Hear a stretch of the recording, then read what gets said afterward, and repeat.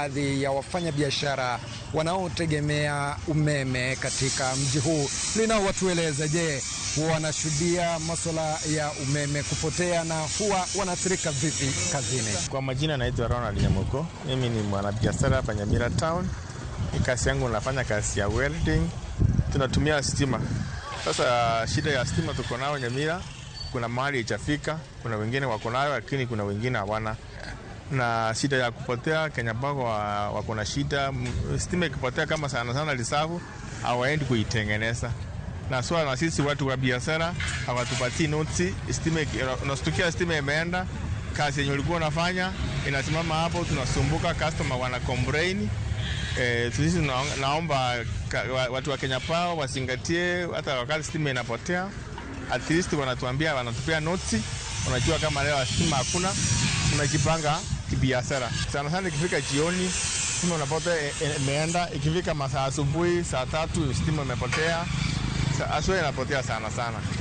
Sasa kama sisi watu wa Chwakali na tuatiri kwa house tunategemea Chwakali, customer amekupea kazi kama umtengenezea mlango, unapata sasa imeenda siku 2 hujamaliza, customer anakuja na complain, ukimwelezea mambo ya stima akubali. Naona kama unamdanganya, but Kenya Power ndio wametukosea sana. Sasa mimi naomba Kenya Power wasingatie kazi yao. Aswa watu wa Chwakali tunategemea Chwakali, hiyo stima ndio tunategemea. Wakati inaenda wanatuandikia noti, kama inaenda leo tunajua stima inaenda leo, at least tunajipanga. Kwa majina naitwa Samuel Maruga kutoka hapa Nyamira. Mimi ni fundi wa welding. Sasa kama sisi mafundi tumeteseka vibaya sana juu tunapewa kazi hatumalizi. Hiyo kazi kutomaliza ni stima inatusumbua. Stima inafika wakati tunaelekea kumaliza mlango, stima inaenda. Tunashindwa stima kazi yake ni nini? Kenya Power waangalie stima yao, watuonee hii stima. Kenya Power watembee mahali wameweka hizi matransformer, watuonee stima. Juu stima inatusumbua wakati tunaenda kumaliza kazi. Kwa majina ni Wesley Kimori. Huku Nyamira ndo nyumbani. Nafanya kazi ya welding huku.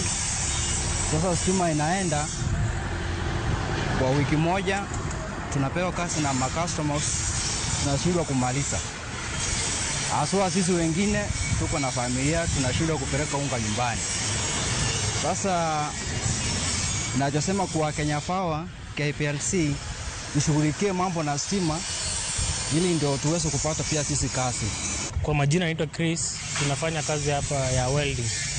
Sasa shida na stima ni vile wakati tunafanya kazi, wakati tena kazi ni mingi ndio stima huwa potea, na tena upotea kwa njia mingi zaidi.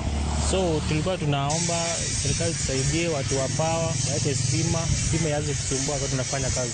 Na hao ni baadhi ya wakazi na wafanyabiashara wa mji huu wa Nyamira wanaofanya kazi ya kuchomelea na huwa wanautegemea sana umeme, wakizidi kuirai kampuni ya Kenya Power kuangalia na kuhakikisha kwamba wanapata umeme bila tashwishi ili kuwawezesha kufanya kazi yao bila tabu.